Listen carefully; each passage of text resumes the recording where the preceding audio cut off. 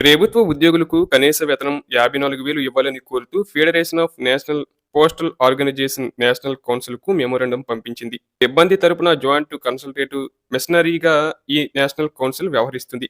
ఎనిమిదవ వేతన సంఘంలో షిప్‌మెంట్ ఫ్యాక్టర్ 3-3.25% ఉండాలని కోరుతూ మెమోరాండంలో కీలక ప్రతిపాదనలు చేసింది.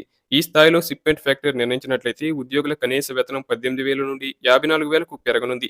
ప్రతిపాదిత షిప్‌మెంట్ ఫ్యాక్టర్ అనేది సీనియర్ లెవెల్ ఉద్యోగులకు భారీగా లబ్ధి చేకూరుస్తుంది.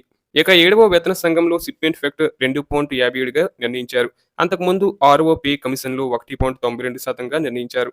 అయితే మరి షిప్‌మెంట్ ఫ్యాక్టర్ అనేది ఒక సంఖ్యను అనుకుంటారా?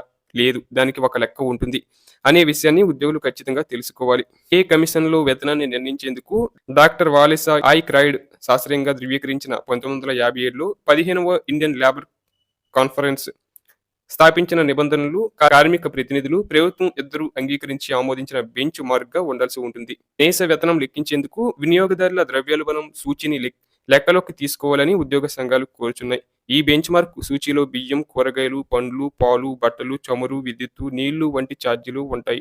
వీటిని పరిగణలోకి తీసుకోవాలని కోరుచున్నాయి. దేశంలోని వేర్వేరు నగరాల్లో వీటి ధరలు ఎలా ఉంటాయో ఎంప్లాయీస్ యూనియన్లు లెక్కిస్తున్నాయి. ఢిల్లీ, ముంబై, చెన్నై, కోల్కతా, బెంగళూరు, హైదరాబాదు, భువనేశ్వర్, త్రివేంద్రం వంటి నగరాల్లో ధరలను ఆధారంగా చేసుకొని లెక్కించాయి. అలాగే 15వ ఐఎల్‌సి పరిగణలోకి తీసుకొని అంశాలను సైతం ఉద్యోగ సంఘాలు సూచిస్తున్నాయి.